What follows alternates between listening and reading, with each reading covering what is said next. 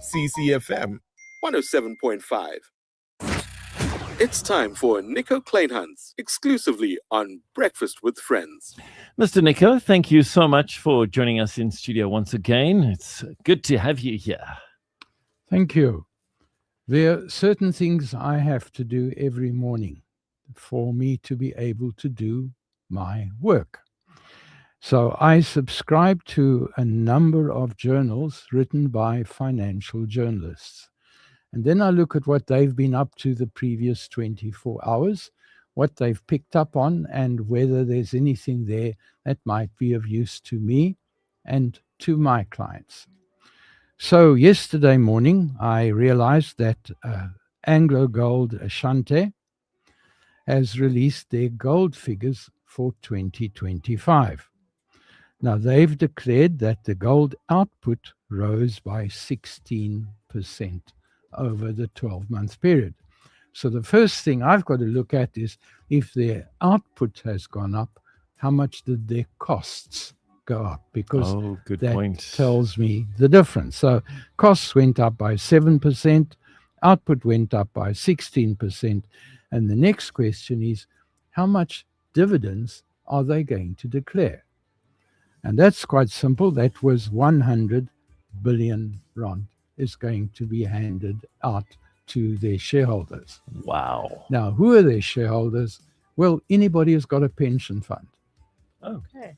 Because if you've got a pension fund, your fund manager would have put some of their gold in your portfolio. Wow. So you would have been benefiting by those particular figures. And if this particular gold mine has gone up, then the other gold mines probably went up as well, because the price of gold has escalated as well. So this means that for my clients, I need to make sure that their share of that portfolio is sufficient, because all our portfolios are actively managed. We switch and change according to the economic cycle. So that is the first bit of good news that we play around with. And then I began to look at a second company that's been attracting my attention, and that is Dis-Chem. And why they are attracting my attention is because they've launched a new rewards program. And that rewards program has drawn 550,000 new shoppers who've got 410 million rands worth of savings. Now, that is not significant, but it is pointing to something that's going to happen in Dis-Chem, because it means that their share of the market is growing faster than Clicks, who is their competition. So now I go and I look more carefully at what Dis-Chem is doing, and I notice that they've got 636 outlets right now, and now I'm going to begin to monitor their share price and to work out at what point I then recommend to my clients, let's go and buy some Dis-Chem shares. Now with Clicks, who is their main competition, they've had some problems lately. They are trying to adjust to it. The first thing they're doing is they no longer hand their bonuses every 2 months. They now hand it out every month. And it's going to make a little bit of difference. But their main problem at Clicks right now is that they're having supply problems. Some of their suppliers are not able to pack their shelves in time. And it's no good having a shelf there with a special offer as they've had, and there's nothing to buy. It's so the shelf is empty. Yeah. And they've got to get that sorted out. Otherwise, they really are going to lose market share. They're going to lose market share. They've got to get that together. And then I took a look at Woolies. Now, I've grown fond lately of the specialty items that Woolly has.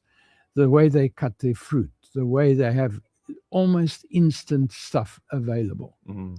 Now, that means they have come to some new agreements with emerging farmers. And they've got quite a few stores in place. It's a couple of hundred stores. And that means that if they can get their turnover up, and they will get it up on these new lines, it also means those people who are who are in the cities and who have specialty growing areas, they may want to look at Woolies. Can Woolies help them improve their turnover? So that now is a significant item for those clients that come to me and say, I've got a small holding, it's the edge of the city. Where can I talk to? Who can I talk to? And I say, go along to the Woolies people and take it further. Then on the second last thing, wine exports, they are now hitting 669 million rand. Sure, that's from South Africa to the world. To the world. And that's helpful because that helps overcome some of the damage that the Trump the tariffs are putting in place.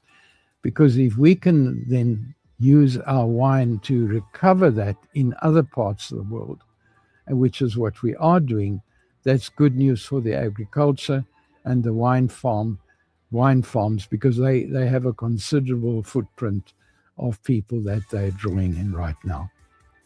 And now we're getting ready for the election. And the issue is, what do you say to get people's attention?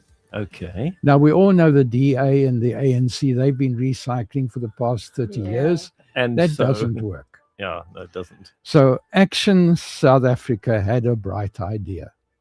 Why don't we do interviews in the street and do it in such a way that the people who are interviewed say things that are nice about Action SA? Okay. Now, that's great. But if you then do that as a fake news by briefing them what they've got to say, don't get caught, which is what has happened. Oh, really? They got caught yesterday. So now they're looking rather stupid. So it's the season. It gives us plenty of things to be amused by. But it does mean that the political parties are now beginning to think, what can we do that is different? And really, the posters get so boring, it would be fun to see somebody give us some kind of fresh idea. So that's my morning. Have a lot of fun, folks. Thank you so much, Nico. Really, really appreciate it.